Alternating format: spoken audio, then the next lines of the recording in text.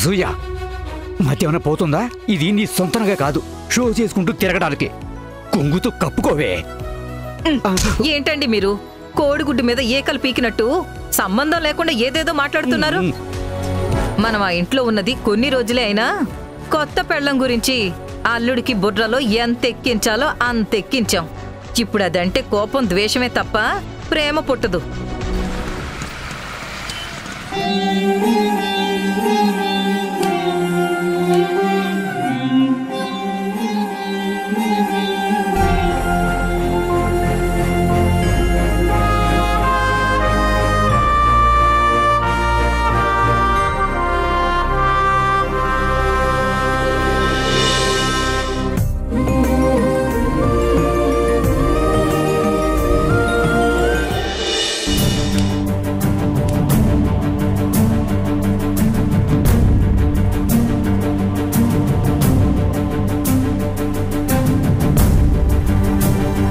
సంధ్య, ఏంటి ఇంకా రెడీ కాలేదా? ఫంక్షన్కి లేట్ అయిపోతుంది. నెక్లెస్ కోసం వెతుకుతున్నానండి. అన్నీ ముందే చూసుకోవాలి కదా, ఇప్పుడు హడావిడి పడ్డం ఎందుకు?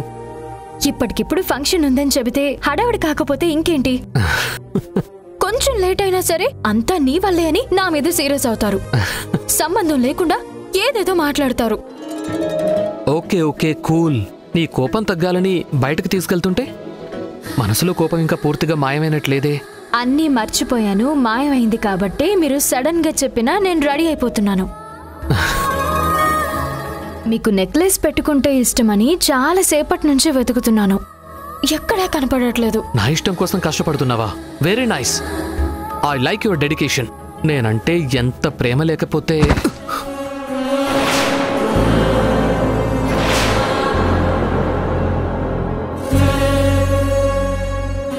Wow, looking great.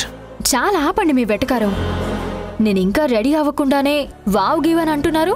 నేననేది నీ గురించి కాదు.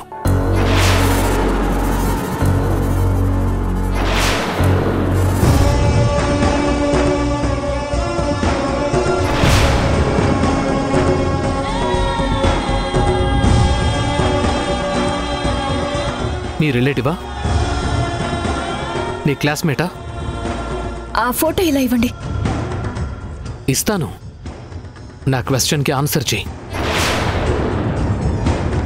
ఫోటోలోనే హీరోలా ఉన్నాడు అంటే నిజంగా చూస్తే ఇంకెంత హ్యాండ్సమ్గా ఉంటాడు. నన్ను మించిన అందగాడు. ఎవరితను? సూర్య. అంటే? నా మొదటి భర్త. ఆన్సర్ ఇచ్చాను కదా, ఫోటో ఇవ్వండి.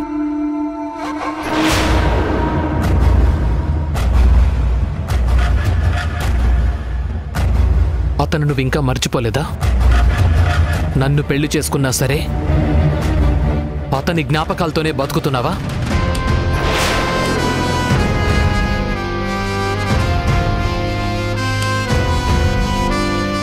సంధ్య, నా మాటకు సమాధానం చెప్పి వెళ్ళు.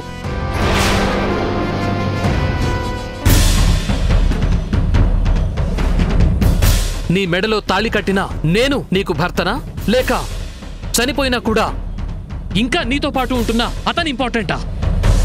నాతో పాటు ఇక్కడికి వచ్చావంటే ఆ ఇంటిని, అక్కడున్న జ్ఞాపకాల్ని వదిలే రావాలి. మనసా వాచ కర్మణ ప్రాణాలతో ఉన్న నేనే నీ భర్తని. ఇది నీకో కొత్త జీవితం. మన మధ్యలో ఆ ఫోటో ఏంటి? అయినా అతని ఫోటోని అంత సీక్రెట్గా సేఫ్గా ఉంచుకుంటున్నావంటే నువ్వు భర్తగా ఎవరిని భావిస్తున్నావు? సంధ్య, సంధ్య, మాట్లాడవే. ఫంక్షన్ కి టైం అయింది, వెళ్దాం పదండి. ఆగు. మనం ఫంక్షన్ కి వెళ్ళటం లేదు. ముందు అడిగిన దానికి సమాధానం చెప్పు. చనిపోయిన వాళ్ళు దేవుడితో సమానం అంటారండి. అటువంటి మనిషి గురించి మీరిలా అనుమానంతో అడుగుతుంటే ఏం చెప్పాలో నాకు తెలియడం లేదు. ఆహా, నేను తెలియనంత కాంప్లికేటెడ్ క్వశ్చన్స్ ఏం అడగలేదు నిన్ను. తప్పు చేసిన వాళ్లే ఇలా సమాధానం ఇవ్వకుండా తప్పించుకుంటారు.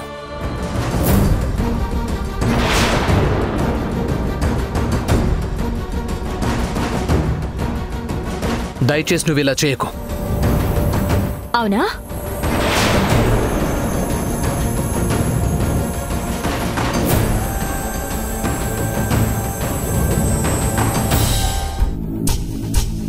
ఈ ఫోటో ఎవరిది? సంధ్యది. సంధ్య అంటే? నీకు తెలీదా? మీరు కూడా తప్పించుకోకండి. అడిగిన దానికి ఆన్సర్ మాత్రమే ఇవ్వండి. ఎవరిదా ఫోటో? నా భార్య సంధ్యది. ఆవిడ మీ భార్య అయితే మరి నేనెవర్ని? ఆవిడ చనిపోతే ఆ ప్లేస్లో వచ్చిందానివి. అంటే ఆ సంధ్యని ఇంకా మీరు మర్చిపోలేదా? ఇంకా ఆమె జ్ఞాపకాలతోనే ఉన్నారా?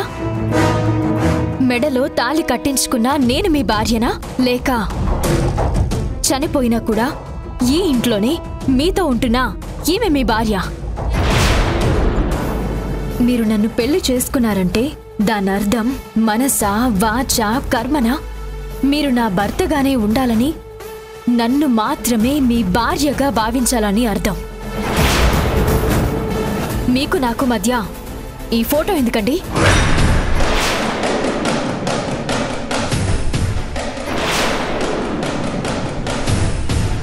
నేను ఇంటి కోడలుగా వచ్చినా మీరింకా ఈ ఫోటోనే ఉంచారు అంటే దాని అర్థం ఏంటి? Stop the nonsense. ఆ మాట అనాల్సింది నేను, కానీ సంస్కారం అడ్డొచ్చి ఆగిపోయాను. సమాధానం తెలియక ప్రశ్నలు అడగడం అమాయకత్వం. సమాధానం తెలిసి ప్రశ్నలు అడగడం అహంకారం. మీరడిగే ప్రశ్నలన్నింటికీ మీ దగ్గరే సమాధానం ఉండడం బాధాకరం.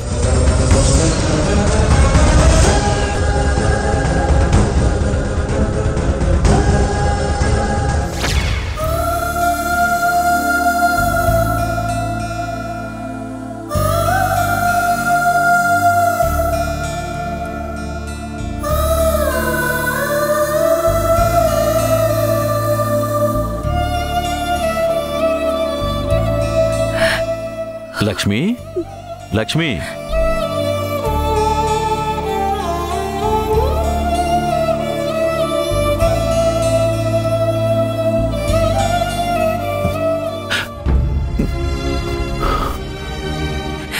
మన అబ్బాయి లేని ఫ్యామిలీ ఫోటోని చూస్తున్నావా? ఈ ఫోటో తీయడం, సూర్య హడావుడి అంతా మీకు గుర్తుందా? ఫోటోనే కాదు, ఇది తీసిన తర్వాత వాడు చెప్పిన మాటలు కూడా గుర్తున్నాయి.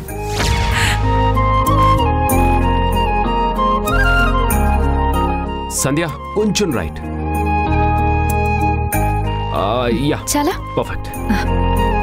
సంధ్య, సంధ్య కొంచెం ఆ శారీ చూసుకోవా? యా యా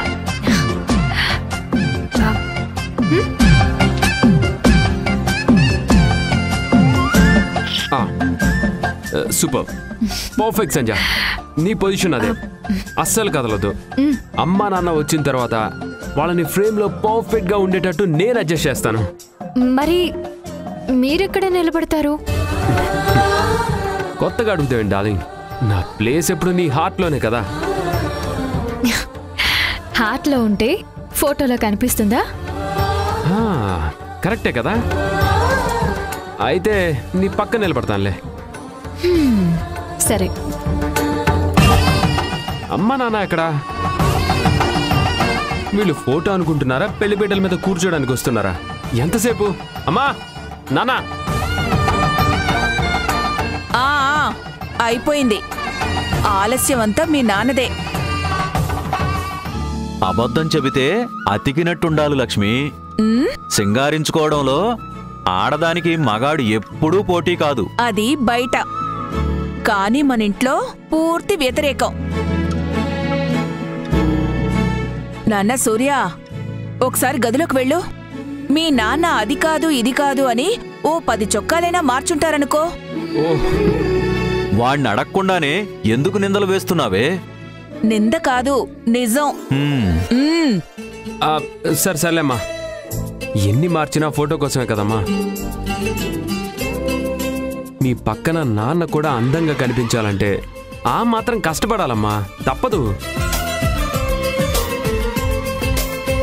చూసావా అమ్మా, నేనెంత చేసినా అమ్మా కొడుకులు ఇద్దరూ ఒక్కటైపోయారు. మా మావయ్య అందానికి ఏం తక్కువ? ఆయన మీద ఎందుకు జోకులేస్తున్నారు? ఓహో, మన మీద పోటీగా కోడలు మావయ్య ఒక్కటయ్యారమ్మా. ఇప్పుడు కాదే, ఫోటో తీసే ముందు నవ్వు. మాకు తెలుసులేండి. అవును సూర్య, ఇంతకీ కెమెరామెన్ ఎక్కడ్రా? కెమెరామెన్ అవసరం లేదు నాన్న. దీనిలో టైమర్ సెట్ చేసి నేను వచ్చి నిలబడతాను, ఫోటో క్లిక్ అవుతుంది. బాగానే వస్తుందా? అయ్యో, పర్ఫెక్ట్ గా వస్తుంది నాన్న, డౌటే లేదు. ఉండండి, నేను టైం సెట్ చేస్తాను.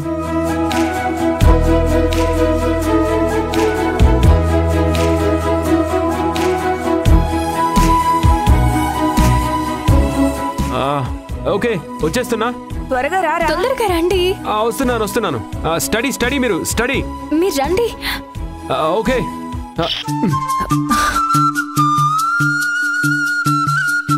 ఓ షిట్, జస్ట్ మిస్. మళ్ళీ తీయచ్చులేండి, ఈసారి ఎక్కువ టైం పెట్టండి. ఓకే.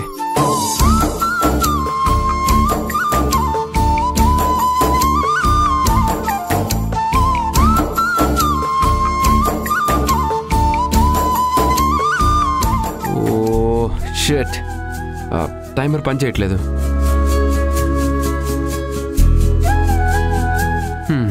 మన ఫ్యామిలీ ఫోటోలో నేను ఉండడం కెమెరా కూడా ఇష్టం లేదేమో. అదేంట్రా, నువ్వు లేని ఫ్యామిలీ ఫోటో ఏంట్రా?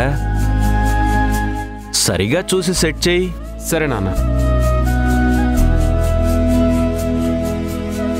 ఓ షిట్, లేదు నాన్న, డెడ్ అయిపోయింది. దీన్ని సర్వీస్ సెంటర్కి తీసుకెళ్ళాలి. మీ పెళ్లి ఫోటోలో తప్ప మన నలుగురు ఉన్న ఫోటో ఏమీ లేవనుకుంటే ఇలా జరిగిందేంట్రా? Next time చూద్దాంలేమ్మా. అయినా ఫోటోలో మీ ముగ్గురు ఉన్నారు కదా, నేను లేకపోయినా సంధ్య ఉంది. మీరు లేకపోతే నేను ఒక్కదాన్నే ఉండి ప్రయోజనం ఏంటండి? మీరు మా పక్కన ఉంటేనే కదా మాకు బలం, ఫోటోకి అందం. నువ్వు నేను వేరుగా సంధ్య, మనమిద్దరం ఒక్కటే. నువ్వే నేను, నేనే నువ్వు. అందుకే ఫోటోలో నేను లేకపోయినా నన్ను నీలో చూసుకుంటారు. అరవ స్వామీజీలా అర్థం కాకుండా మాట్లాడుతున్నావేంట్రా? నిన్ను సంధ్యలో చూసుకోవడం ఏంటి? నాన్న, నా భార్యని మీరు కోడలుగా కాకుండా కూతురులా చూసుకుంటున్నారు. సంధ్యకు కూడా మీరంటే ఎంత ప్రేమ ఉందో మీకు కూడా తెలుసు. ఆ నమ్మకంతోనే చెప్తున్నాను, ఒకవేళ నేను లేకపోయినా సంధ్య మిమ్మల్ని నాకన్నా బాగా చూసుకుంటుంది. నాన్నా, ఏం మాటలు రావి? ఎప్పుడేం మాట్లాడాలో తెలీదా నీకు? అమ్మా, సీరియస్ అవ్వద్దు. నేను లేకపోయినా అంటే బోర్డర్ డ్యూటీకి వెళ్ళి తిరిగి వచ్చే వరకు సంధ్య మీకు తోడుగా ఉంటుంది అంటున్నాను. అదందరికీ తెలిసిన విషయమేనండి, మీరేమీ ప్రత్యేకించి చెప్పాల్సిన అవసరం లేదు. ముందు వెళ్ళి కెమెరాని రెడీ చేయించి తీసుకురండి. తీసుకొస్తాను, కానీ పాపం డాడ్ కష్టం అంతా వేస్ట్ అయినందుకు నాకు చాలా బాధగా ఉంది. వేస్ట్ ఏముందిరా, కెమెరా రిపేర్ అయి వచ్చే వరకు ఈ బట్టలతోనే ఇక్కడే ఉండిపోతాను. అంతేనా లక్ష్మి? సరిపోయింది సంబరం.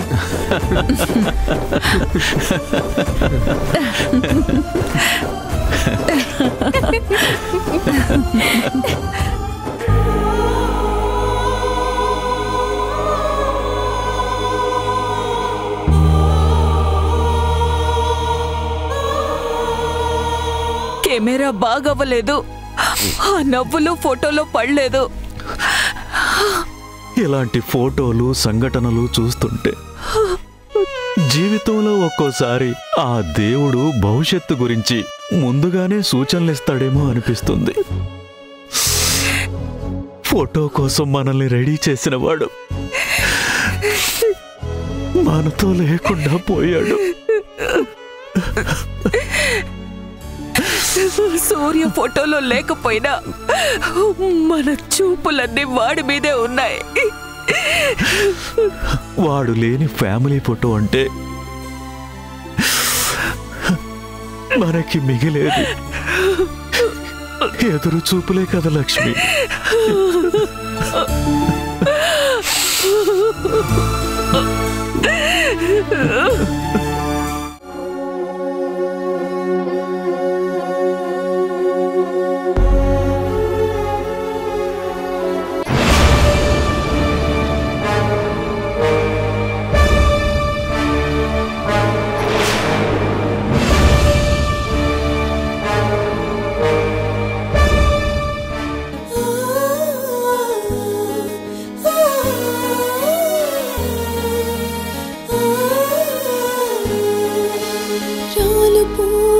తోటలోకి ఆమని రాకుండేనా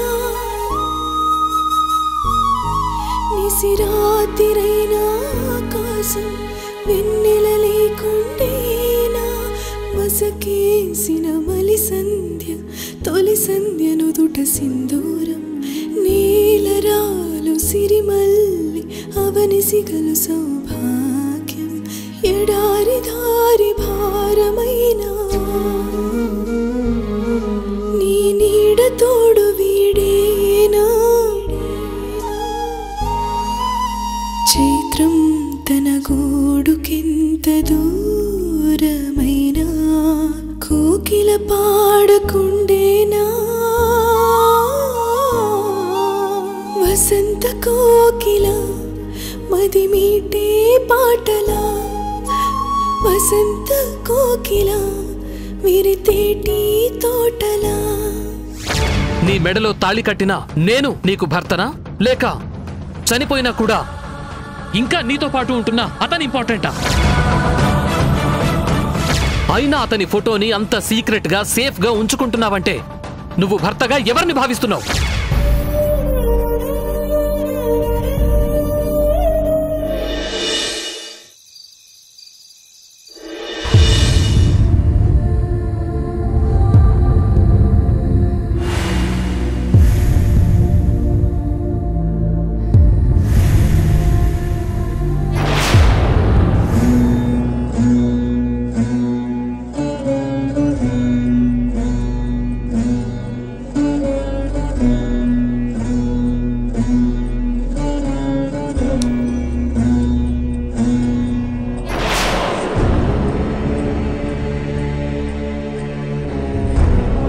చీకట్లో కూడా కళ్ళు డేంజర్ లైట్లలో ఉన్నాయంటే కోపంగా ఉన్నావా లేక ఏడ్చి ఏడ్చి కళ్ళెర్రబడ్డాయా? కళ్ళు కాదు, గుండె రగిలిపోతుంది. ఫోటోని ఎందుకు చింపారు? చిన్నప్పటి నుండి నాకు అలవాటుంది. ఏదైనా నచ్చకపోయినా ఎవరైనా నా మాట వినకపోయినా ఇలానే పీస్ పీస్ చేస్తుంటాను. నీ సూర్య చూడ్డానికి హీరోలా ఉన్నాడు కానీ నా లైఫ్లో మాత్రం విలన్లా అనిపించాడు. మొగుడిగా నా బాధని నీకు అర్థమయ్యేలా చెప్పాను, కానీ నువ్వు చాలా తెలివిగా లాజిక్లు మాట్లాడావు. అందుకే మగాడిలా నాకు చెయ్యాలనిపించింది చేశాను. ఫోటోని ముక్కలు చేసినంత మాత్రాన ఆయన జ్ఞాపకాలని నా మనసులో నుండి మాయం చేశాను అనుకుంటున్నారా? అనుకోను. ఎందుకంటే మనిషిని కంట్రోల్ చేయగలం, కానీ మనసుని కంట్రోల్ చేయలేం. But one thing is for sure, అతన్ని మర్చిపోయేలా చేయగలను లేదో కానీ 24 గంటలు నేనే నీకు గుర్తుండేలా చేయగలను. ఏం చేస్తారు? మెంటల్ గా టార్చర్ చేస్తారా? నోటికొచ్చింది మాట్లాడి నన్ను రోజంతా హింసిస్తారా?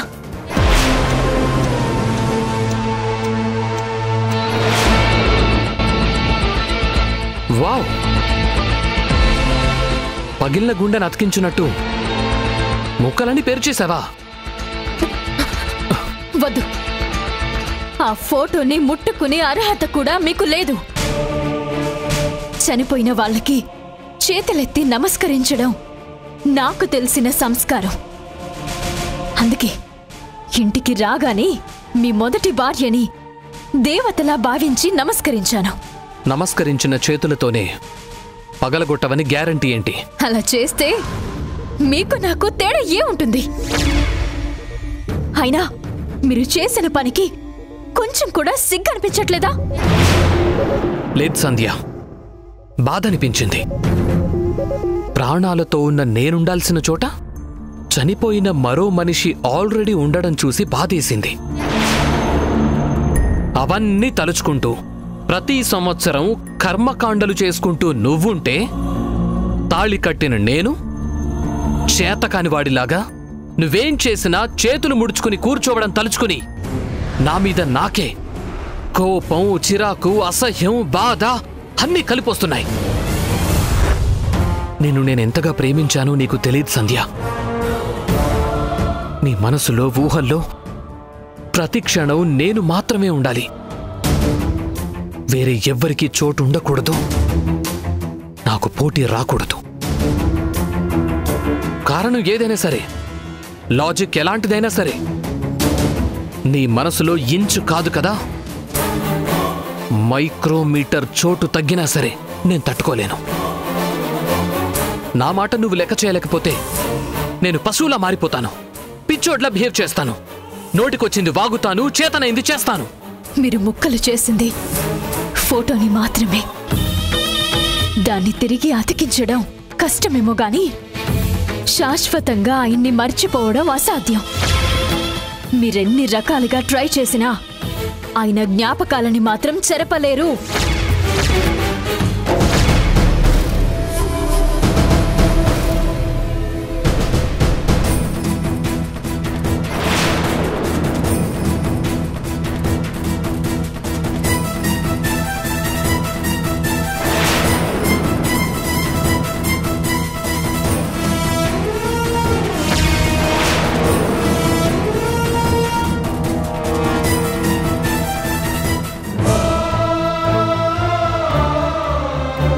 సంజయ్ ఈ టైంలో వస్తుందేంటి?